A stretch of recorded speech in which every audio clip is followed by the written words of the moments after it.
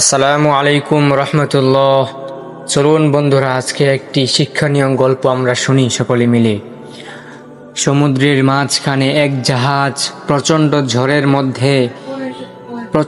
ঝড়ের মধ্যে পড়ে লণ্ডভণ্ড হয়ে গেল।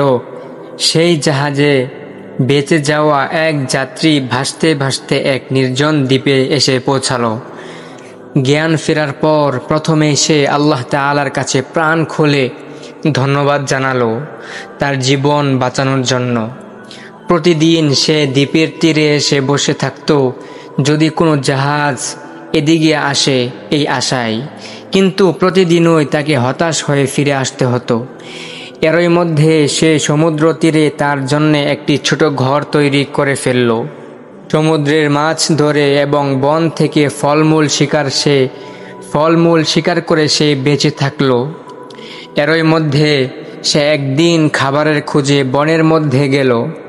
বন থেকে সে যখন ফিরে এলো, তখন দেখলো যে তার রান্না করার চুলা থেকে আগুন লেগে পুরো ঘরটি ছাই হয়ে গিয়েছে।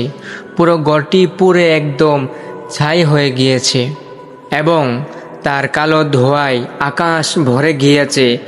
সে লোকটি চিৎকার করে বলে উঠল, হায় আল্লাহ, তুমি আমার ভাগ্যে এটাও রেখেছিলে। পরদিন সকালে এক জাহাজের আওয়াজের তার ঘুম ভাঙল। জাহাজটি সেই দ্বীপের দিকে, অর্থাৎ তাকে উদ্ধার করার জন্যই আসছিল। সে অবাক হয়ে বলল, তোমরা কিভাবে জানলে যে আমি এখানে আটকা পড়ে আছি? জাহাজের ক্যাপ্টেন জানালো, তোমার জ্বালানো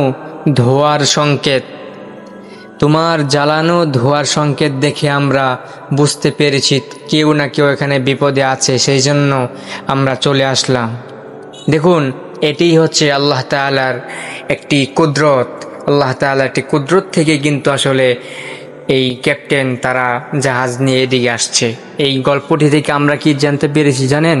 এই গল্পটি থেকে আমরা বুঝতে পেরেছি যে কোনো কিছুতেই হতাশ হতে নেই এবং সবসময় আল্লাহ তাআলার শুকর আদায় করা।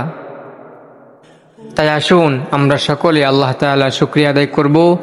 যে অবস্থাতে আছি আল্লাহ তাআলার শুকরিয়া আদায় করব ইনশাআল্লাহ। আল্লাহ তাআলা আমাদেরকে এই গল্পটি থেকে কিছু হলেও শেখার তৌফিক এনায়েত ফরমান। আসসালামু আলাইকুম রহমতুল্লাহি ওয়া বারাকাতুহু।